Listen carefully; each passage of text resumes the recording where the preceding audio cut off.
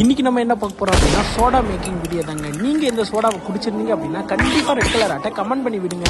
இந்த ஐஸ் எல்லாம் உடைச்சு அந்த கிளாஸ்குள்ள போடுறாங்க. இதெல்லாம் எதுக்கு போடுறாங்க அப்படின்னு நாங்க பார்த்துக்கிட்டே இருந்தோங்க.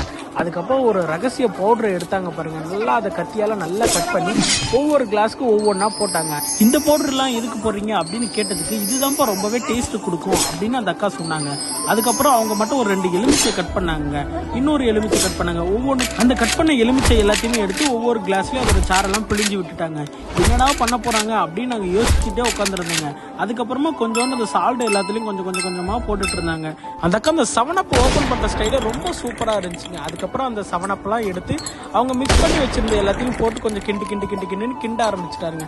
நீங்க இந்த ரயில்வே ஸ்டேஷன்ல இந்த மாதிரி சோடாலாம் நீங்க குடிச்சிருந்தீங்க அப்படின்னா மறக்காம இதோட டேஸ்ட் எப்படி இருந்தது மட்டும் நீங்க கமெண்ட்ல சொல்லிடுங்க. எல்லாத்துலயும் கொஞ்சோண்டு 7up ஊத்திட்டு அதுக்கப்புறமா ஒரு ஸ்டாவை எடுத்து எல்லாத்துலயும் ஒண்ணா வச்சு விட்டாங்க. அப்படியே எங்களுக்கு இந்தாப்பா குடிப்பா அப்படின்னு சொல்லி எங்களுக்கு ஒண்ணு கொடுத்துட்டாங்க. நாங்களும் குடிச்சிட்டு அக்கா சூப்பர்க்கா அப்படின்னு